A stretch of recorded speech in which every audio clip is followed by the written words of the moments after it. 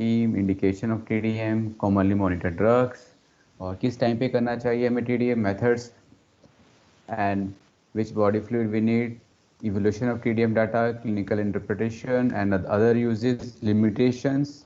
ठीक है, so these are the topic we are going to cover in today in our lecture. Okay, so what is TDM? As per definition, TDM is a therapeutic drug monitoring, refers to the individualization of doses by maintaining plasma or blood concentration within a target range. बहुत ही simple सा definition है, logical भी है, ठीक है। Basically it's a name itself, therapeutic drug monitoring. आप drug को मॉनिटर कर रहे हो, कहाँ पे? बॉडी के अंदर। और ड्रग का क्या मॉनिटर कर रहे हो? प्लाज्मा लेवल, ठीक है। सो बेसिकली और on the basis of that आप डोज डिसाइड कर रहे हो पेशेंट के लिए। Am I audible? Yes, sir. Okay, so therapeutic drug monitoring means कि you are monitoring the drug for a therapeutic purpose. So what is the purpose? To give a dose, particular dose. So dose decide कैसे करोगे? By monitoring the plasma level concentration of the drug. कि इतना level आ गया plasma में, अब हमें इतना dose देना है। Means कि अगर लो लेवल है प्लाज्मा में तो you have to increase the dose. If there is a high level in the plasma, then you have to decrease. Simple. Just to monitoring the plasma level of the dose of the drug and then उसके according आप dose maintain करो। This is called therapeutic drug monitoring. Basically आप individual का dose आप बना रहे हो, check out the plasma level. So next slide, therapeutic drug monitoring में so we can say that it specializes in the measurement of medication levels in blood. जब आपको slide ना दिखे मेरे को प्लीज बता देना कि स्लाइड नजर नहीं आ रही, ठीक है? Okay, it is specialized in the measurement of medication level in blood. Its main focus is on drug with a narrow therapeutic range. That is drug that can easily be under overdose. So basically यहाँ पे keyword क्या है? Drugs with narrow therapeutic range. ठीक है? Okay. For example, एक term ले लेते हैं, ठीक है? या आपने थियोफाइलिन अभी तक पढ़ा नहीं है, ठीक है? तो हम एक लिथियम, आपको याद है कि हम लिथियम का टीडीएम करते हैं। सो बेसिकली एक ऐसी ड्रग जिसका नैरो थेरेप्यूटिक रेंज है। नैरो थेरेप्यूटिक रेंज का मतलब क्या हुआ कि वो पर्टिकुलर इफेक्टिव है। Let's say hypothetically 1 ml to 1 ml per deciliter to 1 milligram per deciliter to 2 milligram per deciliter, for example ले लेते हैं। सो 1 to 2 के रेंज में ही इफेक्टिव है। अगर वो 2 से ऊपर जाएगा plasma concentration, then it will cause toxicity. अगर वो से नीचे आ जाएगा plasma concentration, then it will be ineffective, ठीक है? सो एक पर्टिकुलर रेंज में हमें ड्रग चाहिए, नैरो थेरेप्यूटिक रेंज। किसी ड्रग का मानो रेंज हो गया 1 से 100, ठीक है, या 1 से 20 हाइपोथेटिकली, तो वो उसका हमें नहीं करना पड़ेगा, क्योंकि उसका अगर मतलब 10 भी हो गया तो चलेगा, 20 भी हो गया तो चलेगा, 5 भी हो गया तो चलेगा, 15 भी हो गया तो चलेगा। लेकिन जिसका 1 to 2 के बीच में है तो हमें उसको पॉइंट टू पॉइंट मेजरमेंट करना पड़ेगा।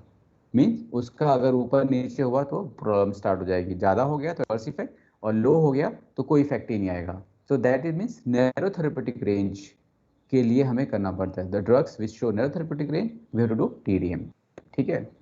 Next point is therapeutic drug monitoring is important as insufficient level of a drug in the plasma will lead to under treatment or resistance and excessive level can be lead to toxicity. ठीक है, simple वही मैं ये बता रहा था आप लोगों को कि अगर ज़्यादा होगा तो टॉक्सिटी हो जाएगी और कम होगा तो इनफेक्टिव हो जाएगा और रेजिस्टेंस क्रिएट भी हो जाएगा। So that we have to maintain the particular range. So किसी ड्रग का जो नैरो थेरेप्यूटिक रेंज है उसको मेजरमेंट करने के लिए हमें टीडीएम का इस्तेमाल करते हैं। Okay, let's see the graph. So DRC, ये इसमें कुछ टॉपिक ऐसे भी आएंगे जो टॉपिक्स आप लोगों को शॉर्ट नोट फॉर्म में भी आते हैं। फॉर एग्जांपल DRC पे शॉर्ट नोट आ जाता है, तो टीडीएम पे भी शॉर्ट नोट आता है, जनरली आ सकता है या वाइवा में पूछ सकते हैं। So DRC, what is DRC? That is a dose response curve, ठीक है? तो you can see the response, ठीक है, and the dose. So when we increase the dose, एक पर्टिकुलर डोज लेवल के बाद से उसका रिस्पॉन्स आना स्टार्ट होता है, ठीक है?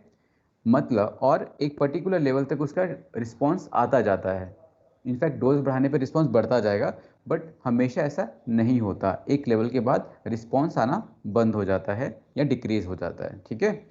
सो जहाँ से रिस्पॉन्स आना स्टार्ट होता है that is called threshold dose, ठीक है। मतलब आपको ड्रग को उस लेवल के ऊपर रखना पड़ेगा टू गेट द रिस्पॉन्स, ठीक है। एंड मैक्सिमम रिस्पॉन्स जहाँ आता है या फिर जहाँ से एडवर्स इफेक्ट स्टार्ट हो जाते हैं उस लेवल से डोज को नीचे रखना पड़ेगा। In between that you have to maintain the dose और प्लाज्मा कंसेंट्रेशन, ठीक है। और उस प्लाज्मा कंसेंट्रेशन को अचीव करने के लिए जो डोज चाहिए वो आप पेशेंट को देते हो।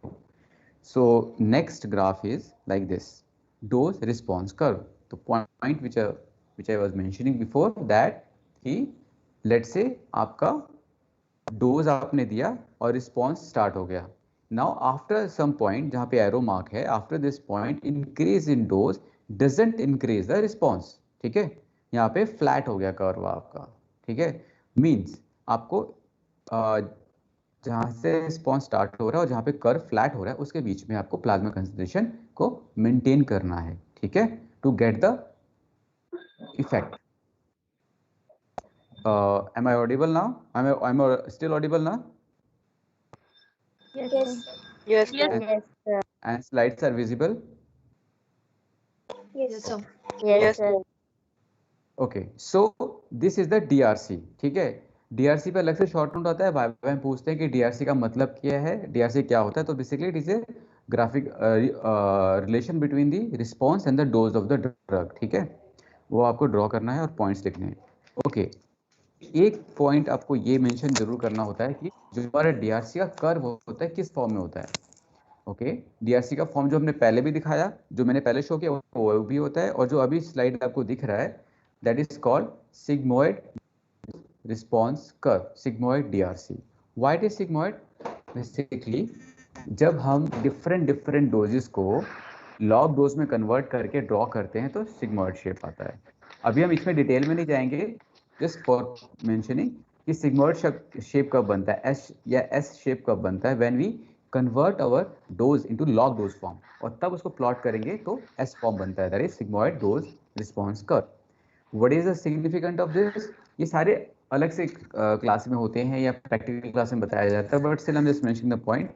What is the benefit of sigmoid DRC? Basically sigmoid DRC का बेनिफिट ये है कि को multiple number of doses you can plot, ठीक है। आप ग्राफ पे शो कर सकते हो।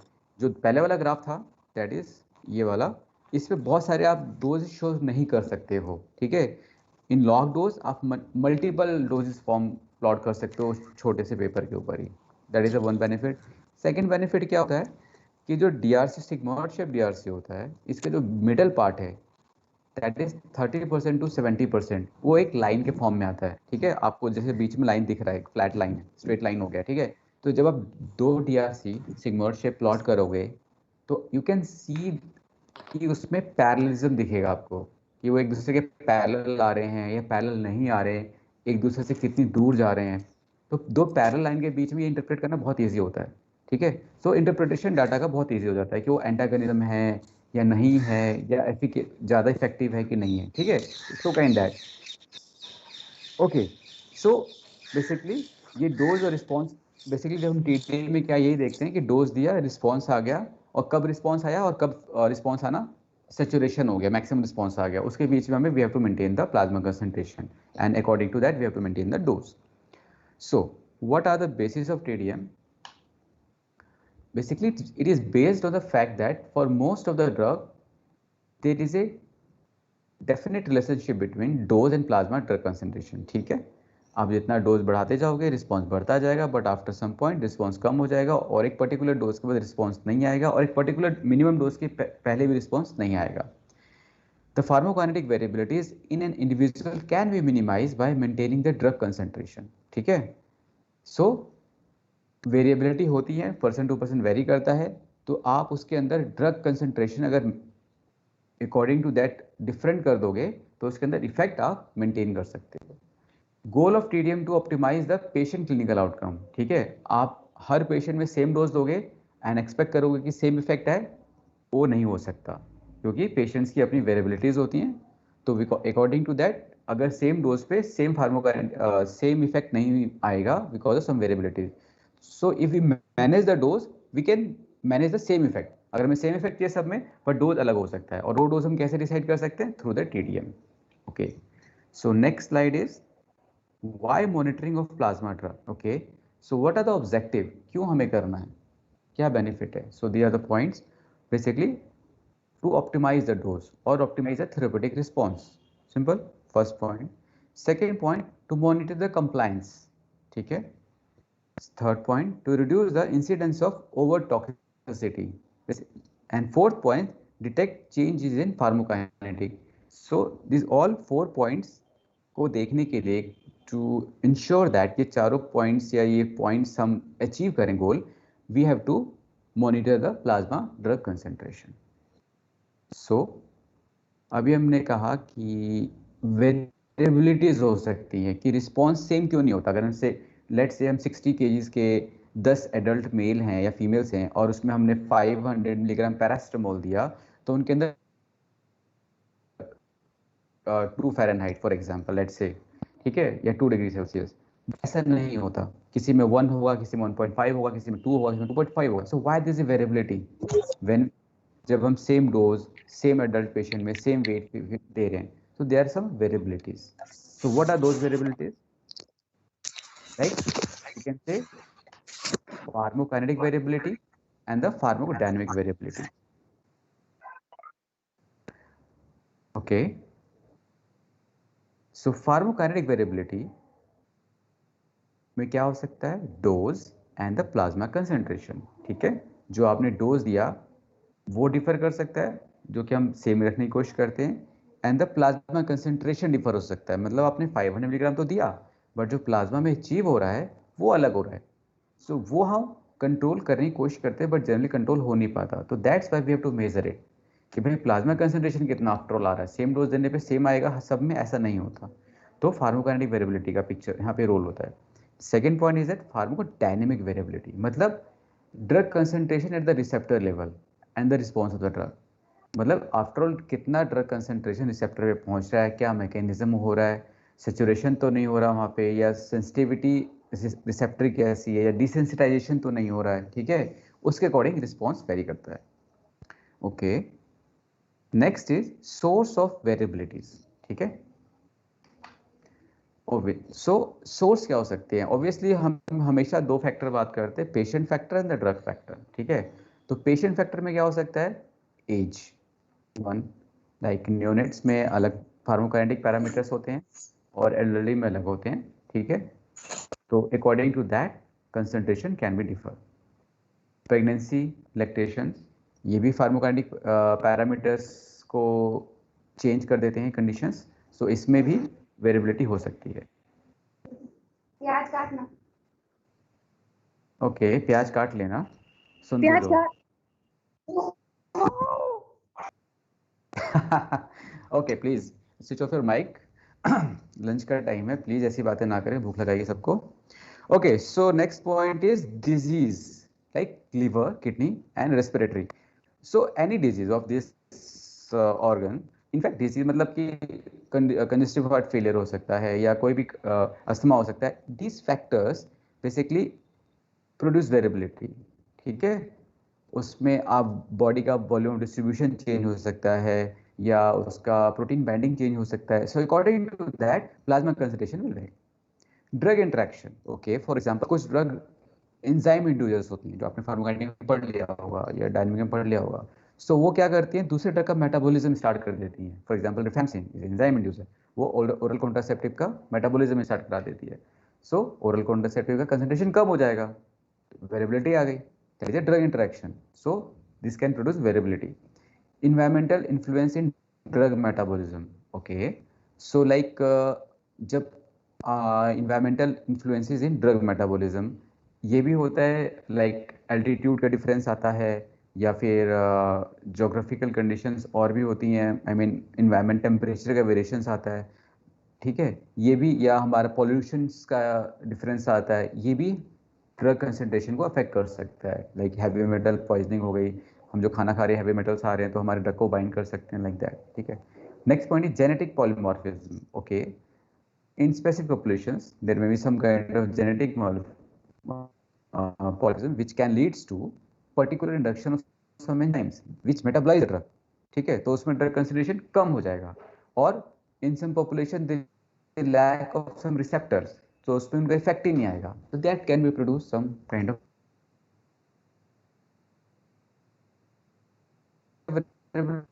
variable. I mean some like longer conditions like for anti-cancer treatment या HIV treatment या tuberculosis treatment, patient has to take medication for longer time, in months, in year, for year. So इस case में अगर वो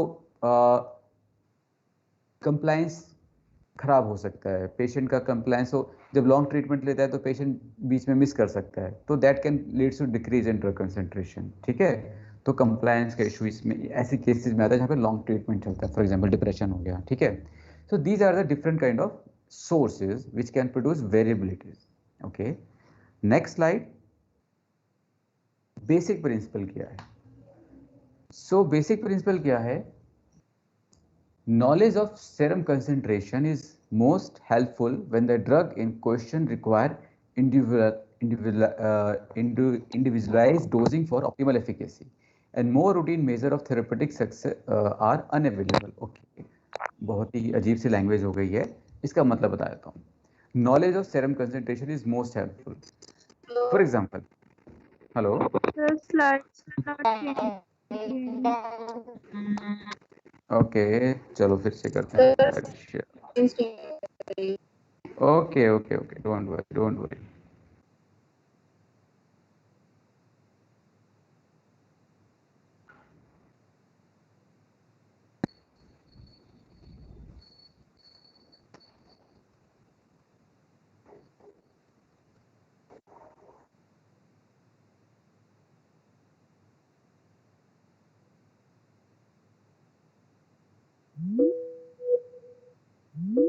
okay, thank you. हम okay, anti hypertensive, let's say आप लोगों को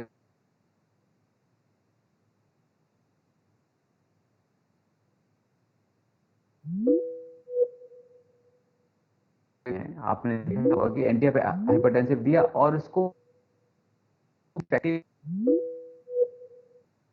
जस्ट मेजरमेंट कर लो ब्लड प्रेशर का. ठीक है, फिर आपने मेडिकेशन उसके कुछ टाइम बाद some days आप मेजरमेंट कर देते हैं. So with in few weeks few days आप यू कैन असेस कि हाँ ये ड्रग है. Blood pressure is not decreasing as per requirement. Okay, but in some cases what happened, for example कि वो उनके लिए हमारे पास पैरामीटर है, फॉर एग्जांपल लिथियम या फॉर्मेनिया. ठीक है, आपने ड्रग दिया, उसका एक्शन कम हो रहा है, okay fine, but this is no particular measurement. ठीक है, कि इसका आई मीन कैसे मेजर करेंगे इसको कि इसका ये सिडेशन इफेक्ट है या उसका एंटीमेनिक इफेक्ट है. तो उस केस में क्या, और लिथियम का थेरेप्यूटिक रेंज भी नैरो होता है. सो जहाँ पे हमारे पास डायरेक्ट इंडिकेशन नहीं होता, आई मीन हमने कुछ मेजर कर लिया लाइक ब्लड प्रेशर, ठीक है, वहाँ पे हमें फिर प्लाज्मा कंसंट्रेशन में डिपेंड रहना पड़ता है कि हाँ हमें इस रेंज में ड्रग को मेंटेन करना है. अदरवाइज अगर ब्लड प्रेशर की तरह होता है कि हमें यार यूनिट में मेजरमेंट करना है कि हमें नॉर्मल ब्लड प्रेशर लेके आना है, चलो लेट्स से, तो आपने इतना डोज दिया, नॉर्मल नहीं आया, अभी भी ज़्यादा है तो डोज बढ़ा दिया. ठीक है, अभी ज़्यादा कर दिया डोज और ब्लड प्रेशर नॉर्मल आ गया, ओके ठीक है, अब इसको हम चलाते रहेंगे. लेकिन लिथियम में क्या होता है कि लिथियम में आपने डोज दिया और इफेक्ट नहीं आया, आपने डोज बढ़ाया, इफेक्ट तो आया बट एडवर्स इफेक्ट भी आ गया साथ में, क्योंकि न्यूरोथेरेपेटिक रेंज है. तो उस केस में हम उस एफिकेसी डाटा पॉइंट को नहीं ले सकते, हमें प्लाज्मा कंसंट्रेशन पे जाना पड़ेगा टू मेंटेन कि हमें इस रेंज में ही रखना है, सो दैट कि क्योंकि हमें इस रेंज में प्रूवन है, एफिकेसी भी रहती है और एडवर्स इफेक्ट भी नहीं आते.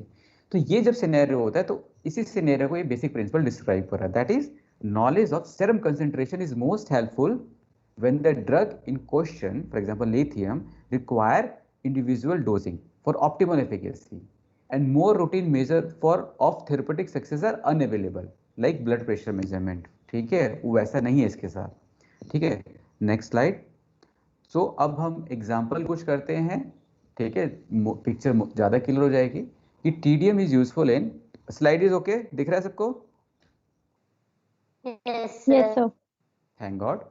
Okay, so drug with narrow therapeutic range, जैसे मैं बार बार एग्जांपल दे रहा हूँ लिथियम का, आपको रट जाना चाहिए आगे से. So drug with narrow therapeutic range, for example lithium, to avoid dose related toxicity. ठीक है. Next is drug showing non linear kinetic, phenytoin means, तो इसका एडजस्टमेंट हमें करना पड़ता है. इसका मतलब क्या है नॉन लीनियर काइनेटिक का? आप लोगों ने पीके कर लिया है, इसका मतलब है सैचुरेशन काइनेटिक बेसिकली.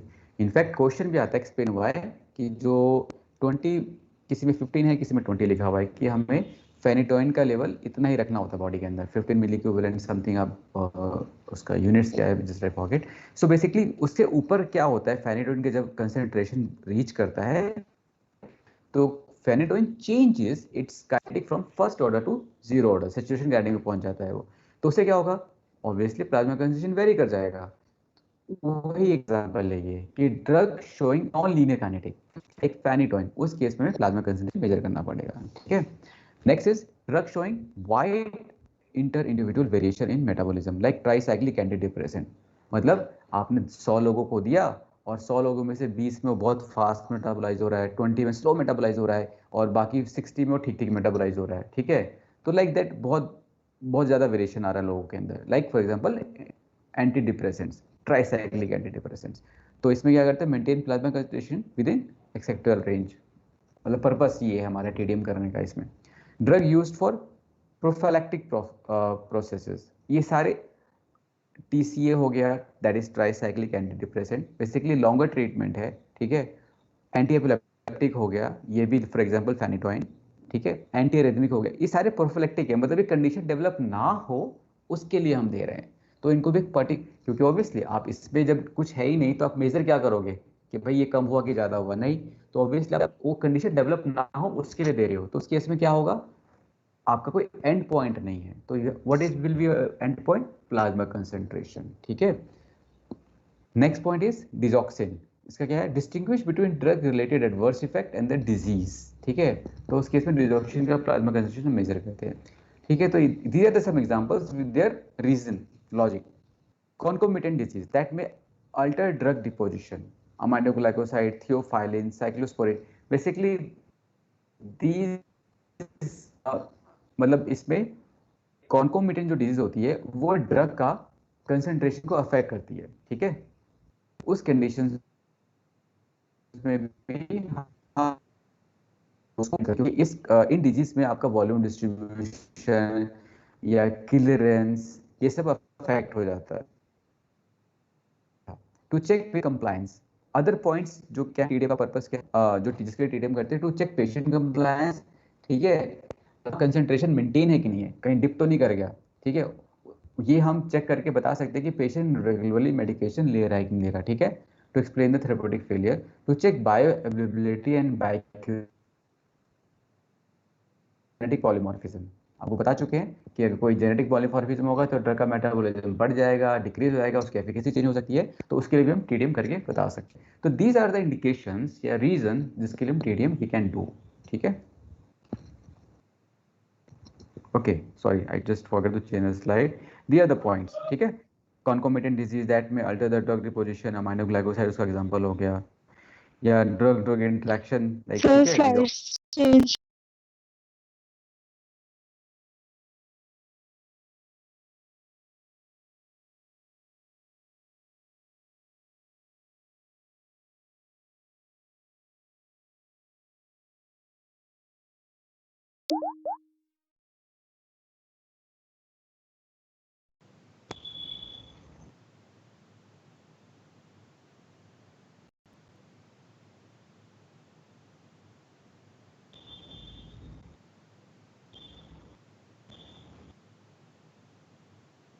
अभी ठीक है, दिख रहा है. Next slide. Yes. Okay, aminoglycoside. So these are the, ये नेक्स्ट स्लाइड के एग्जांपल्स है जो मैंने बता दिए. ठीक है. So these are the some examples जो आपको याद रखने हैं बेसिकली, क्योंकि फार्माकोलॉजी में कोई भी आप कुछ भी बताते हो, you have to mention one at least one example drug के साथ. ठीक है. Next slide. Okay, slide change हो गई. Yes. Okay. Now the characteristic of drug for which monitoring should be done. So obviously ये सब आई मीन काइंड ऑफ थोड़ा बहुत रिपीटेशन लगेगा आपको बार बार, but still okay fine. Mark pharmacokinetic variability होनी चाहिए, okay fine. Concentration related therapeutic and adverse effect, okay fine. मतलब मार्क फार्माकोकाइनेटिक वेरिएबिलिटी जो हम डिस्कस कर चुके हैं। Second point, concentration related therapeutic, मतलब कि अगर ज़्यादा कंसंट्रेशन हो गया तो एडवर्स इफेक्ट आ गया, कंसंट्रेशन कम हो गया तो थेरेप्यूटिक इफेक्ट ही चला गया। मतलब neurotherapeutic index same point, second is third almost same point है। थेरेप्यूटिक इफेक्ट जो हम डिस्कस कर चुके हैं, जस्ट लाइक आपने एंटी एंटी हाइपरटेंसिव जो ब्लड प्रेशर मॉनिटर कर लिया, बट अगर वैसा नहीं है, डिजायर्ड इफेक्ट मेजर करना मुश्किल है, in that case we need TDM. Therapeutic is not defined, ठीक है, in that case also, right. Okay, so again the other, I mean cardiac docs में है, एंटीबायोटिक्स में हम अमाइनोग्लाइकोसाइड्स का करते हैं, एंटी एपिलेप्टिक्स ब्रोंकोडायलेटर्स में थियोफाइलिन का होता है, ठीक है, they are the same things. Psychiatric drugs में लिथियम का करते हैं हम, और भी मतलब साथ में जो ड्रग्स लिखे हुए हैं वो भी हैं, ठीक है। Protease inhibitors basically HIV drugs होती हैं, ठीक है, indinavir, ritonavir, okay. Lithium mania में देते हैं हम। Anti cancer drug for example methotrexate, immunosuppressant like cyclosporine, ठीक है। सो इन ड्रग्स का हम टीडीएम बेसिकली करते हैं। मतलब मोर और less in general one term, जो हमारी साइकाइट्रिक ड्रग्स है ना, drugs which useful in CNS, उसका हम टीडीएम करते हैं, बिकॉज जो सीएनएस इफेक्ट होते हैं हम उनको एज ए मेजर नहीं कर सकते, लाइक ब्लड प्रेशर ड्रॉप हुआ या पर्टिकुलर नॉर्मल होगा कि नहीं होगा, किसी का डिप्रेशन ठीक हुआ कि नहीं हुआ, किसी का एपिलेप्सी के अब उसका ब्रेन में क्या मतलब सीजर्स कैसा है, like this is very difficult to measure. तो उस केस में प्लाज्मा कंसेंट्रेशन में डिपेंड करते हैं, ठीक है। Okay, now this is some kind of, जो हम ये डिस्कस कर रहे हैं ये है इसका कि प्रोसेस कैसे होता है। तो TDM team, it is a multi disciplinary function, is not है कि कोई सिंगल डिपार्टमेंट टीडीएम करेगा, ऑब्वियसली करेगा सिंगल डिपार्टमेंट, बट इसमें मल्टीपल डिपार्टमेंट इन्वॉल्व होते हैं। कैसे?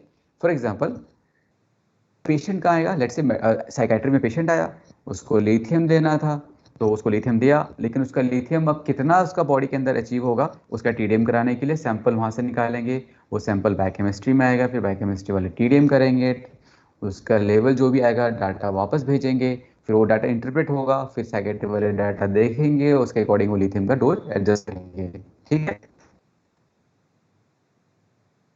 This is the multidisciplinary function हो सकता है। Accurate and clinical meaningful result can be obtained by collaboration between scientist and pharmacologist, ठीक है।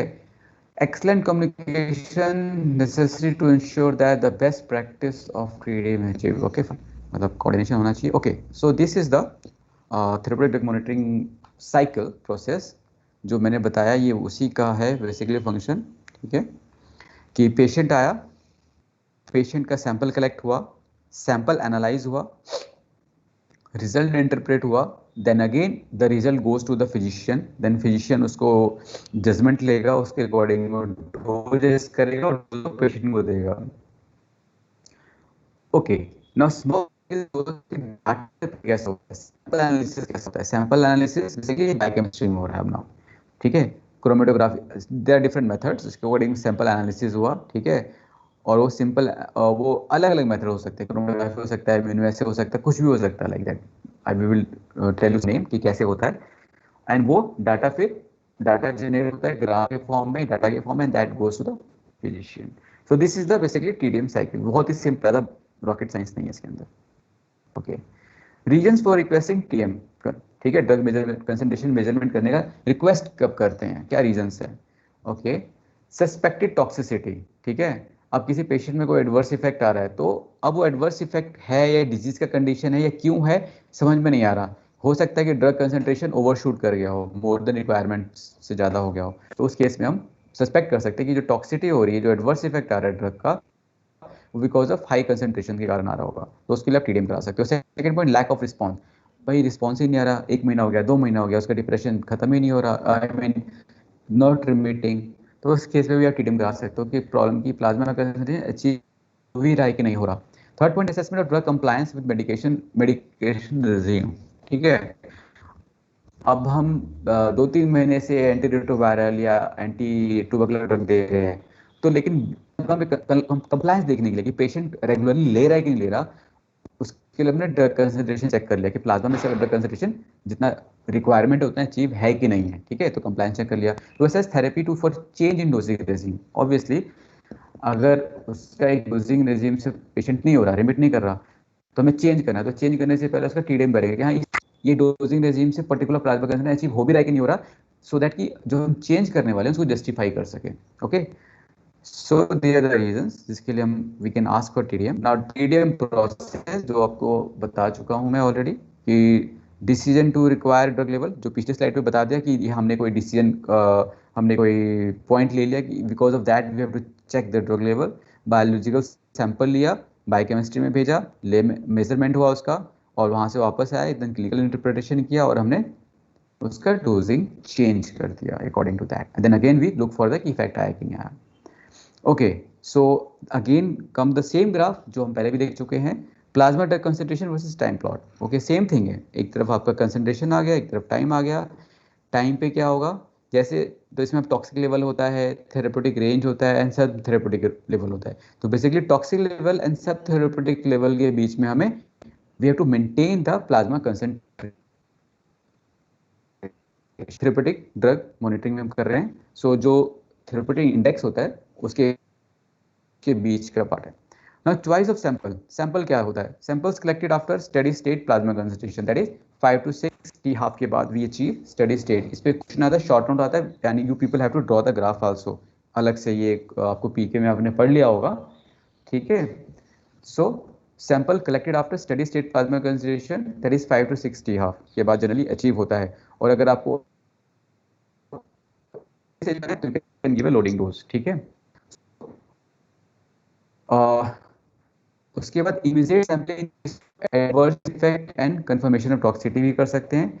Trough concentration given more meaningful result for steady state, when you have to check steady state trough concentration, मतलब जहां पे हमारा जो cycle का जो graph में नीचे वाला जो पॉइंट आता है कंसंट्रेशन, ठीक है। एंड टेक ए पीक, जो ऊपर वाला पॉइंट आता है ग्राफ में, ठीक है। तो that is peak plasma concentration. Okay, next is which body fluid need to be monitored, like sample can be taken from saliva, whole blood, serum, plasma, urine and other body fluid also, depend upon basically उसका metabolism and pharmacokinetic of the drug, ठीक है, कहाँ कहाँ पे excrete होता है। methods, yes some methods, just आप for sake of कि आपको नाम पता होना चाहिए कि क्या क्या हो सकते हैं, that is chemical methods में colorimetry, spectrophotometer, gas liquid chromatography, HPLC, that is full form is high performance liquid chromatography, spectrophlorimetry, mass spectrometry, gas chromatography and mass spectrometry. So these are the chemical methods. HPLC आप याद रखो, ठीक है, बहुत अच्छा सा नाम है, कई बार सुना होगा। हाई परफॉर्मेंस लिक्विड क्रोमेटोग्राफी या क्रोमेटोग्राफी भी आप याद कर सकते हो, सिंपल। एंड कुछ और भी इम्यूनोएसेज, ठीक है, लाइक रेडियो इम्यूनोएसेज, ये आपने मतलब लाइक पढ़ा होगा, माइक्रो में पढ़ोगे कुछ कुछ, radio immunoassay, fluorescence polarization immunoassay, ठीक है। एलाइजा बहुत फेमस, तो एलाइजा यू कैन, वहाँ पे HPLC याद रख लो केमिकल वाले में, और यहाँ पे एलाइजा याद रख लो। ELISA is enzyme link immunoassay. I am still audible? Yes, sir. सोडा, अब यहाँ पे हम बात करें characteristic of test, I mean test कैसा होना चाहिए, ऑब्वियसली सबसे बेस्ट होना चाहिए। तो बेस्ट होने का क्राइटेरिया क्या है, it should be sensitive, specific, precise, accurate, ठीक है। तो दिया द कैरेक्टरिस्टिक ऑफ टेस्ट, मतलब बहुत सेंसिटिव होना चाहिए, प्रिसाइज होना चाहिए, सिंपल, ठीक है। Okay, pre requisite of evolution of TDM data. Okay, slide गई फिर से, चलो तो बीच में हैंग हो गई। ओके, ये हैंग बहुत होता है। Stop presentation, share command, share screen, start now. कहाँ गई स्क्रीन, ये रही screen. Okay, so now is it okay, fine? Yes sir. Okay, thank you. So बहुत ही सिंपल सा पॉइंट है, बेसिकली जब आप रिक्वेस्ट भेजोगे टीडीएम के लिए तो उस फॉर्म फिल करके अच्छे से भेजोगे। उस फॉर्म में क्या क्या होगा, पेशेंट इन्फॉर्मेशन होगा। पेशेंट इन्फॉर्मेशन क्या होता है, नेम, एड्रेस, उसका CR नंबर, ठीक है, ट्रीटिंग फिजिशियन का डिटेल, पेशेंट कैरेक्टरिस्टिक, ऑब्वियसली उसका सब कुछ, age, sex, pregnancy, height, weight and because it's require in TDM, ठीक है। तभी तो there is a variable factor, variability क्यों आती है, इन्हीं फैक्टर से आती है, तो ये सारे फैक्टर मेंशन होने चाहिए कि ये factor, so that data interpretation after it will, all this point will help. Okay, lab data, if you think all factors leads to create the difference in the plasma concentration like renal function, hepatic function, protein level, ठीक है, protein binding effect होगी तो plasma concentration factor, specific informations like time of collection, nature of assessment, okay, these are also very important, ठीक है, कि आपने trough level पे लिया है या पीक लेवल पे लिया है, आपने कितने हाफ टी हाफ के बाद लिया, 5 to 6 you have taken 5 to after 5 6 और 5 to 6 T half, steady state पे लिया है, किसके कब लिया है, like that. Drug information, okay, कौन सा ड्रग दिया है, बिकॉज ड्रग ऑब्वियसली उस ड्रग का प्रोटीन बाइंडिंग कितना होता है, उस ड्रग का मेटाबॉलिज्म कैसे होता है, उस ड्रग कौन सा ऑर्डर काइनेटिक फॉलो करता है, all is affect the plasma concentration, ठीक है। तो ये भी हमें ड्रग इन्फॉर्मेशन प्रॉपर पता होना चाहिए। कॉन्करेंट ड्रग थेरेपी क्या चल रहा है, because obviously drug interaction, disease condition, all create the variation in plasma concentration. Purpose of essay and urgency of request, ठीक है, वो आपको उसमें बताना पड़ेगा कि टॉक्सिटी के लेकर आ रहे हैं या इफेक्ट नहीं आ रहा है, इसलिए ऑब्वियसली अगर टॉक्सिटी होगा, किसी का लाइफ थ्रेटनिंग कंडीशन होगी तो it require urgent result. Obviously किसी का ऐसा है कि हाँ भाई 2 महीने से ट्रीटमेंट दे रहे हैं, इफेक्ट नहीं आया, तो ओके ठीक है, हम 1-2 दिन वेट कर सकते हैं, ऐसी कोई बात नहीं, तो लाइक दैट, ठीक है। Now interpretation, drug concentration need to be interpreted in the context of the individual patient without rigid adherence to target range, ठीक है, सिंपल, कोई ज़्यादा इसमें साइंस नहीं बताया है कि हमें जो ड्रग रिजल्ट इंटरप्रेट करना है वो कैसे करना है। ओके, आगे मेन पॉइंट्स हैं। Clinical interpretation, measuring the plasma concentration of a target drug may not be clinically relevant. Example, digoxin level may be measured in the term of serum creatinine, potassium concentration and concurrent use of interacting drugs. So measuring the plasma concentration of a target drug may not be clinically relevant, ठीक है। So second point is concentration must be interpreted in the light of clinical response, ठीक है, clinical status of individual patient and dosage regime. Third point is members of TDM team should have adequate expertise in analysis and interpretation of the result. Dose, fourth point is dose prediction in light of available information. So basically I mean data interpret को आपको हर तरीके से देखना पड़ेगा, हर point देखना पड़ेगा, ठीक है, कि उसका जरूरी नहीं है कि आपने जो प्लाज्मा कंसंट्रेशन है वो डायरेक्ट बता दे कि हाँ कि ये इफेक्टिव है कि नहीं है, ठीक है, because that plasma concentration adverse effect तो नहीं आ रहा या कोई और पैरामीटर तो चेंज नहीं हो गया, that can also help us, ठीक है। या फिर क्लिनिकल रिस्पॉन्स क्या, या मतलब आप सिर्फ प्लाज्मा कंसंट्रेशन को इंडिविजुअल एज ए पैरामीटर देखिए आप जज नहीं कर सकते हो, you have to see the whole picture, analyse according to that point, basically purpose, general idea इस स्लाइड का ये है, ठीक है। Next point, source of error क्या हो सकता है, ऑब्वियसली जहाँ, okay let's say wrong patient और सैंपल, सिंपल, कितना अच्छी बात है। प्रॉब्लम इन ड्राइंग सैंपल, ठीक है, आपने ट्रफ की जगह पीक का भेज दिया, पीक की जगह ट्रफ का भेज दिया, स्टडी स्टेट अचीव नहीं हुआ था तब ले लिया, लाइक दैट, ठीक है। रॉन्ग इंटरप्रिटेशन ऑफ डाटा, जो कि बहुत ही कॉमनली हो सकता है, sorry I just forgot the statement, source of error that is wrong patient और रॉन्ग सैंपल, ठीक है, जो बेसिकली इंटर्नशिप में होता है। Okay, problem in drawing sample, trough का आपने पहले या पीक की जगह ट्रफ, ट्रफ की जगह peak, like that, wrong interpretation, ठीक है, ये सब, ठीक है।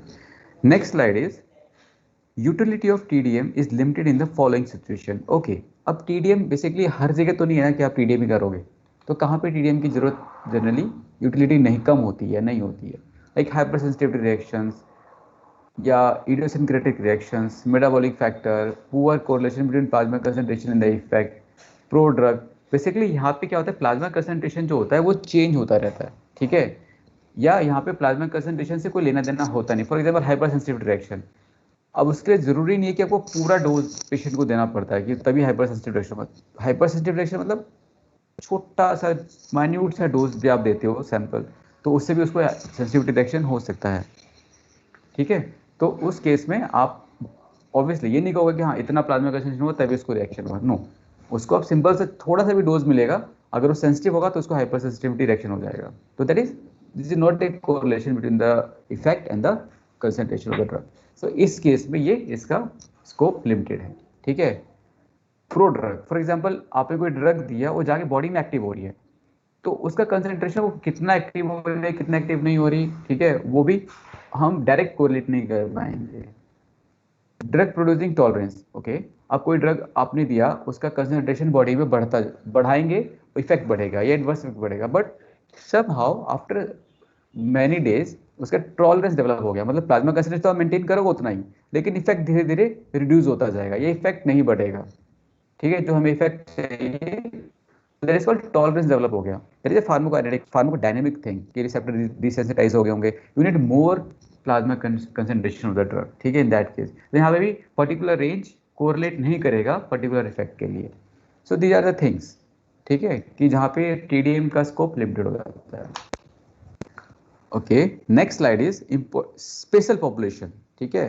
लाइक अभी हम पहले बात कर चुके थे कि इस केस में टीडीएम चाहिए होता है, like extreme of phases. Obviously old age में या न्यूनेट्स में आपको फार्माकोकाइनेटिक फैक्टर्स या डायनामिक फैक्टर्स अलग हो जाते हैं, प्रोटीन बाइंडिंग अलग हो जाती है या रिसेप्टर का लेवल अलग हो जाता है, ठीक है। तो these things affect the plasma concentration. या फिर लाइक प्रेगनेंसी हो गई या पेशेंट विद डोजिंग प्रॉब्लम्स, ठीक है। डोजिंग प्रॉब्लम्स मीन्स कि उन्होंने कंप्लायंस, उन्होंने डोज मिस कर दिया या डोज ज़्यादा ले लिया, ठीक है। Patient taking multiple medication, drug drug interaction हो सकता है उस केस में, तो उस केस में भी दियर इंपॉर्टेंट स्पेशल पॉपुलेशन हैं। इस केस में टीडीएम रिक्वायरमेंट बढ़ जाती है, जनरली इस पॉपुलेशन में टीडीएम की रिक्वायरमेंट होती है, ठीक है। पेशेंट्स हैविंग फार्माकोकाइनेटिक पैरामीटर, ठीक है, okay. Next, patient at the extreme of age, obviously बता चुका हूँ, क्योंकि इसमें आपका पी की जो पीडी बिहेवियर होता है उस हो जाता है, ठीक है। Population compare with the normal adult, all P के प्रोसेस इन्वॉल्व। तो इसमें बेसिकली क्लियरेंस आपका क्या होता है, ओल्ड एज में क्या होता है, क्लियरेंस आपका डिक्रीज हो जाएगा, मेटाबॉलिज्म डिक्रीज हो जाएगा, एब्जॉर्प्शन भी अफेक्ट हो जाएगा, like that. So basically age के साथ, ठीक है। Next is so PD changes occur in the form of change in the end organ responsiveness, ठीक है, pharmacodynamic, receptor function and protein binding, ठीक है। Time of drug administration is not simple to determine in neonate, assay interference from endogenous substances problem in neonate, example digoxin like immunoreactive substances. So like that basically take point क्या से लेना है हमें कि pharmacokinetic and pharmacodynamic factors according to age change हो जाते हैं। Overdosing and underdosing. Underdosing is common in adolescents who want to deny their need to take medications, and underdosing can also be an attempt at self-harm.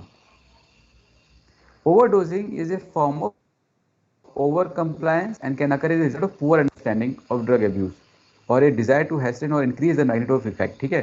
तो basically इसमें भी हमें like TDM करना होता है, ठीक है, अंडरडोजिंग और ओवरडोजिंग में, ठीक है। Patient with multiple medications, patient receiving multiple medications also constitute a large special populations, larger in drug interaction. They can also alter the absorption, clearance and protein binding. For example, आपको दिया था example, rifampicin drug inducer है, तो वो OCP का metabolism बढ़ा देगा, तो उसका कंसंट्रेशन डिक्रीज हो जाएगा, किसका, OCP का। सो कॉन्ट्रासेप्शन नहीं होगा, लाइक दैट। सो उस केस में वी नीड दैट थिंग कि मतलब ऐसा ना हो। Abnormal response to dose regime, many patient do not do well on standard regime, ठीक है। स्टैंडर्ड रेजिम ले रहा है पेशेंट, उसको टॉक्सिक हो गए या उसको इफेक्टिव नहीं आ रहा, means he need more drug और लेस ड्रग। तो in that case we require to measure the plasma concentration की स्टैंडर्ड रेजिम देने के बाद उसकी बॉडी में क्या कंसंट्रेशन अचीव हो रहा है। Environmental influences include exposure to chemical and food. Example, tobacco smoker is a potent inducer, मतलब जो tobacco होता है inducer होता है for the drug metabolism, and grapefruit juice होता है वो drug metabolism को inhibit करता है. So they are the environmental factors. और genetic difference in the drug metabolism, ठीक है. So there is some parameters for the effective TDM: good analytical practice, efficient organization of lab practice, knowledge of pharmacological and slide toxic. Move नहीं कर रहे। Okay. चलो कोई बात नहीं, हम स्लाइड मूव कर देते हैं आपके लिए।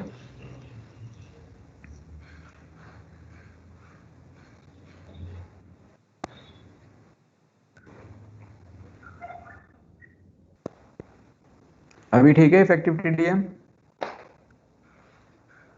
Yes, sir. Okay, so basically for effective TDM ये सारी अच्छी सी बातें लिखी कि एक इफेक्टिव टीडीएम के लिए क्या होना चाहिए। इफेक्टिव टीडीएम के लिए good analytical practice, efficient organization of lab practice, knowledge of pharmacological and toxic effect, knowledge of basic and clinical pharmacokinetics, ठीक है। These all skills are required to basically effective TDM. Data interpretation अच्छे से होना चाहिए, lab practice अच्छी से होनी चाहिए। So stimulation of plasma concentration for monitoring therapeutic response, same वही चीज है दोबारा, जैसे कि एक स्लाइड में बताने की कोशिश है कि आपने डोज दिया, तो डोज फार्माकोकाइनेटिक कहां से राइज होगी? Because of absorption, distribution, metabolism, elimination.